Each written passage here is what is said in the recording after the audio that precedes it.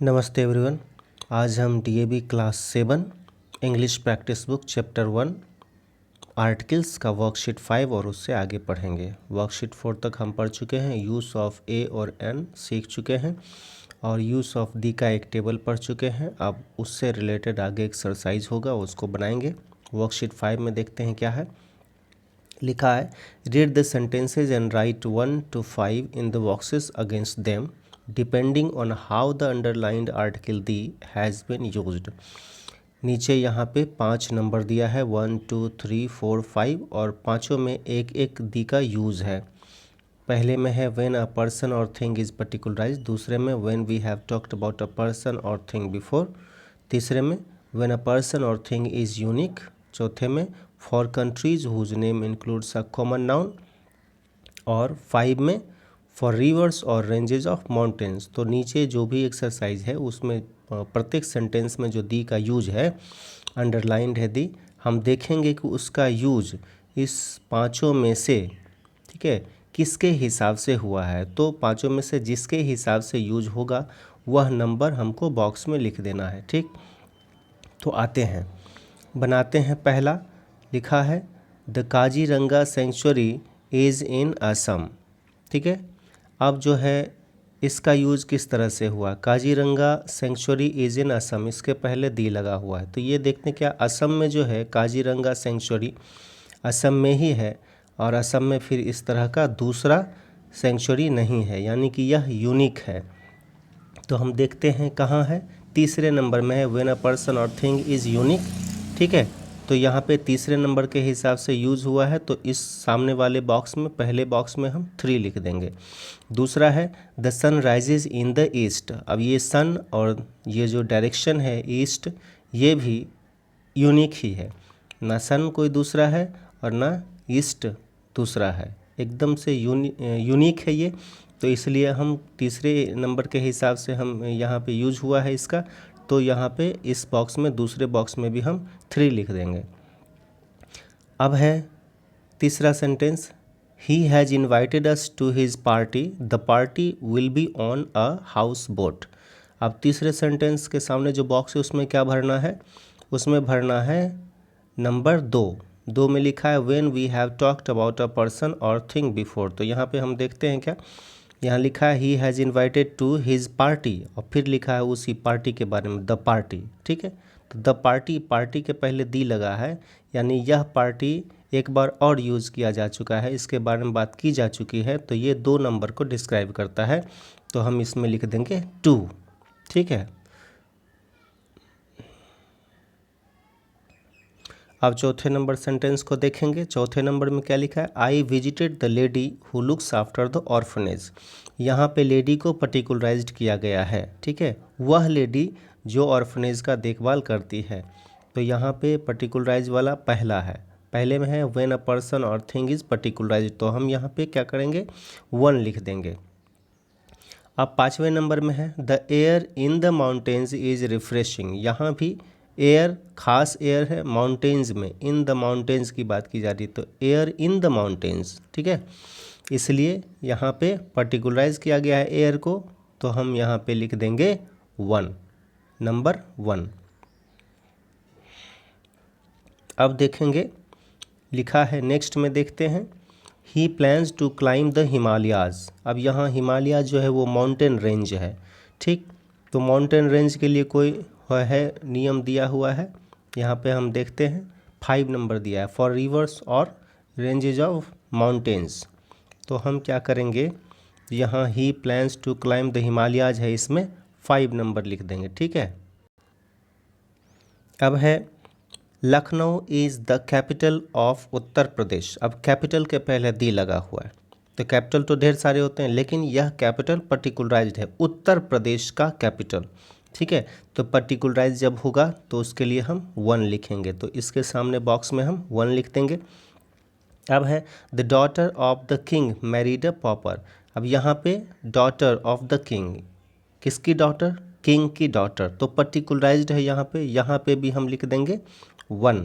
पर्टिकुलराइज जब होता है तो उसके लिए 1 ऊपर लिखा हुआ है, तो यहाँ हम 1 लिख देंगे। अब है the priest is the head of the village community. अब ये विलेज कम्युनिटी में जो प्राइस्ट होते हैं वो एक ही होते हैं, यूनिक पद है ये, इसलिए यूनिक पद जब होगा तो उसके लिए हम क्या भरेंगे 3, तो यहाँ पे इस बॉक्स में 3 लिख देंगे। अब है यहाँ पे Glenda has gone to the United States, she wants to sail across the Mississippi. अब यहाँ यूनाइटेड स्टेट्स को ही हम देखें एक से, क्योंकि एक लाइन में जो है एक ही तरह का यूज होगा, तो हम एक को भी देख लेंगे तो समझ जाएंगे। तो यूनाइटेड स्टेट्स क्या है, ये ऐसा देश है, ठीक है, जो कॉमन नाउन को इंक्लूड्स करता है। देखो स्टेट कॉमन नाउन क्या होता है, जिसका हम प्लूरल बना सकते हैं, सिंगुलर प्लूरल जिसका हम कर सकते हैं। तो स्टेट और स्टेट्स, तो यहाँ यूनाइटेड स्टेट्स है, ठीक है, तो ये ऐसा स्टेट्स है, यूनाइटेड स्टेट्स हो गया, यूके हो गया, ठीक है, यूनाइटेड स्टेट्स को ही यूएसए कहते हैं, यूनाइटेड स्टेट्स ऑफ अमेरिका। तो इसके पहले दी लगता है, तो यहाँ पे हम दी लगाए, तो ये किस नियम के तहत हो गया, ये आ गया नियम, यहाँ पे लिखा है 4 नंबर में, for countries whose name includes a common noun, तो हम इसमें लास्ट में क्या लिख देंगे 4, ठीक है, 4 नंबर में ये था तो हम 4 लिख देंगे। अब यहाँ पे है क्वेश्चन नंबर बी में है, read God's job of the unit people at work. अब ये पीपल एट वर्क तुम्हारे English my English reader book में है, ये एक यूनिट है पीपल एट वर्क। इसमें गॉड्स जॉब पढ़ना है, और उस गॉड्स जॉब को जो पढ़ेंगे तो उसमें दी का यूज जिस जिस सेंटेंस में होगा, ऐसे कोई 5 सेंटेंस हम नीचे लिख लेंगे, और ऊपर जो अभी हम बनाए हैं उसी के हिसाब से इसके बॉक्स में भी 1 2 3 4 जो होगा वो भर देंगे, ठीक है। इंडिविजुअल प्रैक्टिस है, इसको कर लेना तुम लोग। अब आगे चलते हैं, अब वर्कशीट 6 को देखते हैं। वर्कशीट 6 में क्या है लिखा, read the sentences given below, put a tick against the ones in which the article has been used correctly and a cross against the ones in which it has not been. One example has been done for you. अब क्या करना है, इसमें प्रत्येक number में 2-2 sets है, 2-2 sentences है, ठीक है। अब उसमें से एक सेंटेंस में दी का यूज सही है, एक में गलत है, तो हम क्या करेंगे, जो सही है जिसमें दी का यूज सही है उसमें हम टिक कर देंगे, जिसमें गलत है उसमें क्रॉस कर देंगे। पहला बना हुआ है, अब दूसरा बनाएंगे। लिखा है the children were playing in centre of the park. अब यहाँ पे इन सेंटर, इन द सेंटर होगा, इसलिए यहाँ पे गलत है, ठीक है, इसके सामने हम क्रॉस कर देंगे। दूसरा सेंटेंस जो इसी का है, the children were playing in the centre of the park, ये सही है, इसमें टिक कर देंगे। तीसरा नंबर में है Megha will be going to United Kingdom. अब यूनाइटेड किंगडम ये इसके पहले यूके है, इसके पहले दी लगता है, तो यहाँ गलत यूज है, तो हम इसके सामने वाले बॉक्स को क्रॉस कर देंगे। और नीचे जो सेंटेंस है Megha will be going to the United Kingdom to visit her aunt, ये सही है, इसमें टिक कर देंगे। 4 नंबर में yesterday I met prime minister. Prime minister unique है, तो इसके पहले दी लगेगा, तो ये गलत है, यहाँ पे क्रॉस कर देंगे। नीचे सेंटेंस है yesterday I met the prime minister, ये सही है, इसमें टिक कर देंगे। 5 नंबर में है the Himalayas are to the north of India, ये सही है, क्योंकि हिमालयाज़ माउंटेन रेंजेज है, इसके पहले दी लगता है, तो इसमें हम टिक कर देंगे। और इसके नीचे जो है Himalayas are to the north of India, ये गलत है, इसको हम क्रॉस कर देंगे। 6 नंबर में है Anurag is the boy who has won the championship, ठीक है, यहाँ पे बॉय को पर्टिकुलराइज कर दिया गया है, अनुराग वही लड़का है जो चैम्पियनशिप को जीता है, इसलिए यहाँ पे दी का यूज सही है, तो ये सेंटेंस सही हो गया, इसको टिक कर देंगे। और नीचे जो है वो सेंटेंस गलत है, Anurag is a boy who has won the championship, ये गलत है, इसको क्रॉस कर देंगे, ठीक है, हो गया ये। अब आ जाएंगे वर्कशीट 7 पे। Complete the following letter by writing correct articles a an the in the blanks, ठीक है। तो ए एन का यूज हम जानते हैं, किसी भी सिंगुलर काउंटेबल नाउन के पहले होता है, उसके साथ होता है, और वावेल साउंड से जो शुरू होता है उसमें हम एन लगाते हैं, कॉन्सोनेंट साउंड से जो शुरू होता है ए लगाते हैं, ठीक है। और दी का यूज भी तो हम पढ़ चुके हैं, जब वह ख़ास हो, पर्टिकुलराइज्ड कर दिया गया हो, ठीक है, तब उसके पहले हम दी का यूज़ करते हैं। तो यहाँ पे देखते हैं, इस लेटर में पढ़ते हैं, आर्टिकल का यूज छोड़ दिया गया है, तो भरेंगे हम। हाय, यहाँ लिखा dear Saloni, hi I have just come back from an exciting vacation in Belgium, ठीक है, एक एक्साइटिंग वकेशन बेल्जियम में बिता करके ये कह रही है कि मैं अभी आई हूँ। तो एक्साइटिंग है तो इसके पहले हम एन लगा देंगे, वावेल साउंड से शुरू हुआ था। अब यहाँ है dash city, city Belgium city की बात की जा रही है, पर्टिकुलराइज्ड हो गया है, इसलिए हम यहाँ पे लिखेंगे the city has changed a lot. A lot मतलब होता है बहुत ज़्यादा, वेरी मच। तो ये एक फ्रेज ही है, तो लॉट के पहले ए लगाते हैं, तो ए लगा दिए यहाँ पे। A lot in the recent years, ठीक है। अब देखो रिसेंट ईयर्स है तो ये प्लूरल है, तो प्लूरल के पहले तो ऐसे भी ए या एन का यूज होगा नहीं, ठीक है, तो दी का ही यूज होगा। तो in the recent years the भर देंगे।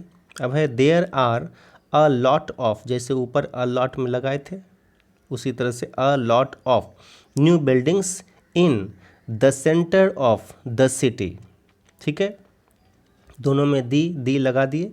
अब है I don't like the new buildings, ठीक है, वो जो बिल्डिंग्स है उसकी चर्चा की जा चुकी है, उसी बिल्डिंग के बारे में बात की जा रही है। I don't like the new buildings, still I feel fascinated, I have been to Belgium before also and I visited the places, फिर यहाँ लिखेंगे the, I visited the places I know, even these have changed, the old fort in the south of the city has been restored, ठीक है, ये particularised है, इस शहर के साउथ में ओल्ड फोर्ट था, तो ये पर्टिकुलराइज्ड है। अगर एन हम लिखते हैं तो इसका मतलब होता है कि इसके साउथ में और भी कई थे, उसमें से एक बचा, लेकिन यहाँ नहीं, एक ही था, तो ये पर्टिकुलराइज्ड है, इसलिए हम लिखेंगे the old fort in the south of the city has been restored. There are now a lot of fast food joints near the central market। अब ये किसी मार्केट को, ये जो मार्केट है वो पर्टिकुलराइज्ड है, किसी मार्केट का नाम होता है तो उसमें हम दी लगाते हैं, तो दी लगा दिए। अब यहाँ पढ़ते हैं however despite all modernization Belgium's natural beauty is still intact। There are lots of forests and parks। You can escape from the city and feel you are in a countryside। यहाँ पे ए लगा दोगे, ठीक है, मतलब ये जो बेल्जियम का जो नेचुरल ब्यूटी है वो अभी भी बहुत ही ज़बरदस्त है, मज़ेदार है। कहा जाता है कि जब वहाँ पे होगे, उस शहर में जब होगे, तो उसका नेचुरल ब्यूटी ऐसा है कि तुमको लगेगा कि कुछ क्षण के लिए शहर से निकल गए तुम और किसी गांव में हो। कंट्री साइड का मतलब विलेज होता है, इसलिए you are in a countryside. यहाँ ए भी लग सकता है, दी भी लगा सकते हैं, ए ज़्यादा बेहतर है। And what's best is in the evening there is so much to do. अब यहाँ इवनिंग है, मॉर्निंग है, आफ्टरनून है, ठीक है, इस तरह से जो भी है पूरे दिन का जो पार्ट है अलग अलग, उस सब के पहले दी का यूज़ किया जाता है। हो गया। You'd love being there, come with me next year, lots of love, Vani, ठीक है, ये लेटर हो गया कंप्लीट। अब आगे चलते हैं, क्या है आगे जो है वर्कशीट 8 में ये सारे टुकड़े टुकड़े में सेंटेंसेस है, तुमको ये सब पर्सनल एक्टिविटी है, ये कुछ खास नहीं, इसको अपने से एक कहानी के रूप में बना देना है, सबको अरेंज करके, ठीक है। ये एग्ज़ाम ओरिएंटेड क्वेश्चन है भी नहीं। 9 नंबर पे आते हैं, ये थोड़ा सा इम्पोर्टेंट है। इसमें क्या लिखा है, read these sentences taken from the unit people at work in my English reader class 7। ठीक है, papa a sweet for me the little one would ask. दूसरा सेंटेंस है, you will only have a kick would come the angry voice of the father. तीसरा है, how you shout at a little child, what does he know, his wife would protest. अब इस तीनों sentence को ठीक से देखो तो यहाँ तुम देखोगे कि इन्वर्टेड कॉमा का यूज है, कुछ पार्ट है जिसको इन्वर्टेड कॉमा के अंदर रखा गया है, ठीक है। तो ये डायरेक्ट स्पीच होता है, ये आर्टिकल्स है, इसमें ये पढ़ना तो नहीं है, लेकिन फिर भी इसको थोड़ा सा इंट्रोड्यूस किया गया है, तो देख लेंगे हम इन्वर्टेड कॉमा का यूज कैसे करेंगे। यहाँ पे देख लेते हैं, ऑब्जर्व कर लेते हैं अच्छे से, ठीक है। मतलब जब स्पीकर के द्वारा कहे गए सेंटेंस को उसके द्वारा कहे गए सेंटेंस को हूबहू उसी के शब्दों में हम जब लिख देते हैं तो उसको हम इन्वर्टेड कॉमा के अंदर रखते हैं और यही नरेशन के अंदर डायरेक्ट स्पीच कहलाता है। ठीक है, अब यहाँ पे देखेंगे वही बात लिखा हुआ है, do you notice the use of inverted comma. Inverted comma कैसे होता है, ब्रैकेट में लिखा हुआ है देखो। ठीक है, बिगिनर्स को सीखने के लिए है ये। पहला जो होता है वो 6 के जैसा होता है, ठीक है, और दूसरा उधर से जो बंद करते हैं वो 9 के जैसा होता है। ठीक, inverted commas are use to enclose the words spoken by someone, है ना, यहाँ भी लिखा हुआ है। अब यहाँ पे देखते हैं क्या है, rewrite the following sentences using commas, full stops, question marks and inverted commas wherever necessary. ठीक है, मेरे पास उतना ज़्यादा एडिटर तो है नहीं कि हम इसको यहाँ पे लिख दें, तो इसलिए हम बोलते जाएंगे और तुम लोगों को करना है। अब यहाँ से शुरू में इन्वर्टेड कॉमा शुरू कर देंगे। ठीक है, जब नीचे लिखेंगे तो इन्वर्टेड कॉमा यहाँ शुरू कर देंगे 6 जैसा, और उसके बाद लिखेंगे जो जैसा है, you should go to bed now. यहाँ पे हम क्या कर देंगे, यहाँ पे हम जैसे ऊपर में यहाँ पे किया हुआ है इसको देख लो। ठीक है, देखो यहाँ पे है ना, पापा कॉमा शुरू किया, a sweet for me, comma दे के नीचे ऊपर इधर जो है शुरू में इन्वर्टेड कॉमा शुरू किया था, यहाँ नीचे कॉमा दिया जाता है और कॉमा के बाद जस्ट उसके ऊपर में इन्वर्टेड कॉमा बंद कर देते हैं। तो उसी तरह से यहाँ पे यू में शुरू करेंगे हम, यू, फिर लिखेंगे you should go to bed now, comma देंगे, उसके बाद इन्वर्टेड कॉमा से बंद करेंगे, the matron said, full stop दे देंगे। ये हो गया।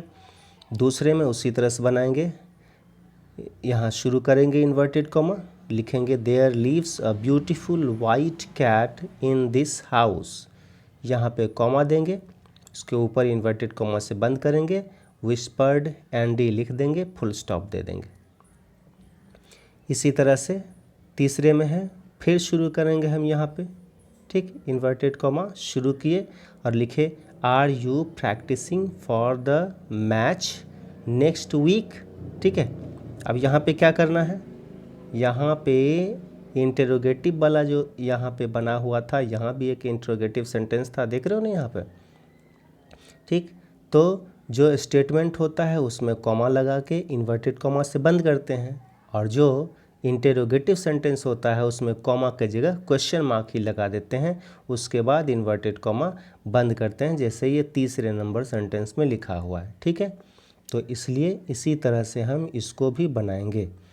क्या बनाएंगे इसको, तो इन्वर्टेड कॉमा शुरू किए, लिखे are you practising for the match next week, इतना लिखे, क्वेश्चन मार्क दिए, उसके ऊपर इन्वर्टेड कॉमा बंद किए, उसके बाद उतार दिए आस्क रघुज मदर और फुल स्टॉप दे दिए। ठीक है, अब 4 नंबर में यहाँ पे फिर इन्वर्टेड कॉमा शुरू किए और लिखे who has put so many frocks in my room, question mark दिए, इन्वर्टेड कॉमा बंद किए और फिर said Mr Wells, full stop लिख दिए।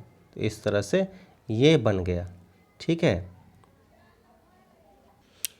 अब ये फिर ज़्यादा बड़ा वीडियो हो जाएगा तो अपलोड होने में दिक्कत होगा, इसलिए अभी इसको इतना ही ख़त्म करते हैं और एक वीडियो और बना देंगे तो ये फाइनल हो जाएगा। ठीक है।